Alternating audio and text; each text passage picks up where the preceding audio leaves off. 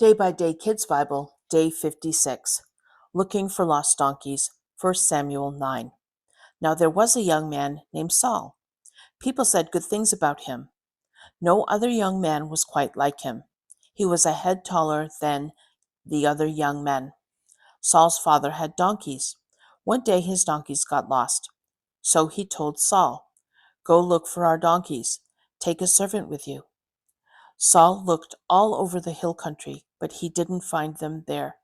So Saul and his servant went to another place, but they didn't find the donkeys. They went through the land of Benjamin's family group, but they didn't find any donkeys. Saul and the servant went to one more place. Saul said, "We better go home. My dad will worry about us more than about the donkeys." But the servant said, "A prophet lives near here. He sees and tells God's plans. Everyone looks up to him. Whatever he says comes true. Maybe he can tell us where to find the donkeys." "So what can we give him?" asked Saul. "We have no more food in our bags. We don't have any gift with us." "I have some silver," said the servant. "I can give it to the prophet. That way he will tell us which way to go." "All right," said Saul. "Then let's go." Saul and his servant walked up the hill to town. Some girls were coming from the town. They were going to get water at the well. "Is there a prophet here?" Saul asked. "Yes," they said. "He just came to town today, but hurry. The people are giving gifts on the altar today. He will be going there to eat. People won't eat until he gets there. He has to pray for what they are giving. Then people will eat. So go now. You should be able to find him." Saul and his servant went into town. Right then, Saul was coming towards them. He was on his way to the altar. Samuel knew about Saul. God had said the days before, I'm sending a man to you. He will come about this time tomorrow. Put oil on his head. Choose him to be my people's king. He will save them from their enemies." Now Saul was coming into town. God told Samuel, "Here's the man I told you about. He will be my people's king." Saul came up to Samuel at the gate. "Could you tell me where the prophet's house is?" he asked. "I'm the prophet," said Samuel. "Go up ahead of me to the altar. You are to eat with me today. Tomorrow morning I'll tell you what's in your heart. Then you may go home. Don't worry about the donkeys. Your father found them. All God's people want you to be king." "What are you saying? Why are you saying that to me?" asked Saul. "My father's family is the smallest. All the other families are more important than we are." But Saul took Samuel and his servant with him. He gave them the best seats. About 30 people were there. Samuel talked to the cook. "Remember the piece of meat I told you to save? Bring it here." So the cook brought the meat. He gave it to Saul. "This meat was saved for you," said Samuel. "Eat it. It was saved for this special time." So Saul ate with Samuel. After dinner, they went back to town. Samuel took Saul up on the roof of his house. They talked for a while. Then Saul spent the night at Samuel's house.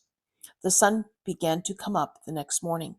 Samuel called to Saul, "Get ready, it's time to go. I'm going to send you home." So Saul got ready.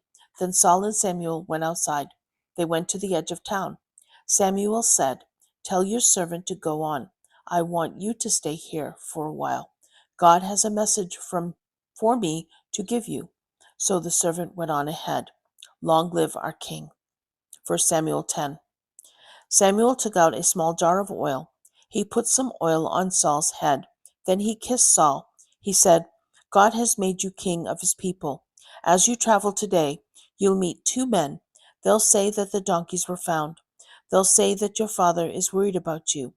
Then go to the big oak tree," said Samuel. "You will meet 3 men there. One will carry 3 young goats. One will carry 3 loaves of bread. One will carry a jug of wine. They'll say hello to you. They'll give you 2 loaves of bread. Take the bread. Then you'll come near a town," said Samuel. "A parade of prophets will come down the hill. They'll play harps, tambourines, flutes, and lyres. They'll tell God's messages. Then God's Spirit will come to you. You'll have power. You'll tell God's messages too. You will change. You will be different. After this, do whatever you need to do. God is with you. Go on ahead of me. I'll come to see you next week. Then I'll tell you what to do, said Samuel. So Saul left Samuel, and God changed Saul's heart. Everything happened just the way Samuel had said it would. The parade of prophets met Saul. God's Spirit came upon him. He had power. Then he told God's messages along with the prophets. People saw Saul with the prophets. They asked, "What happened to Saul? Is he a prophet too?" So that became a saying. People would say, "Is Saul a prophet too?"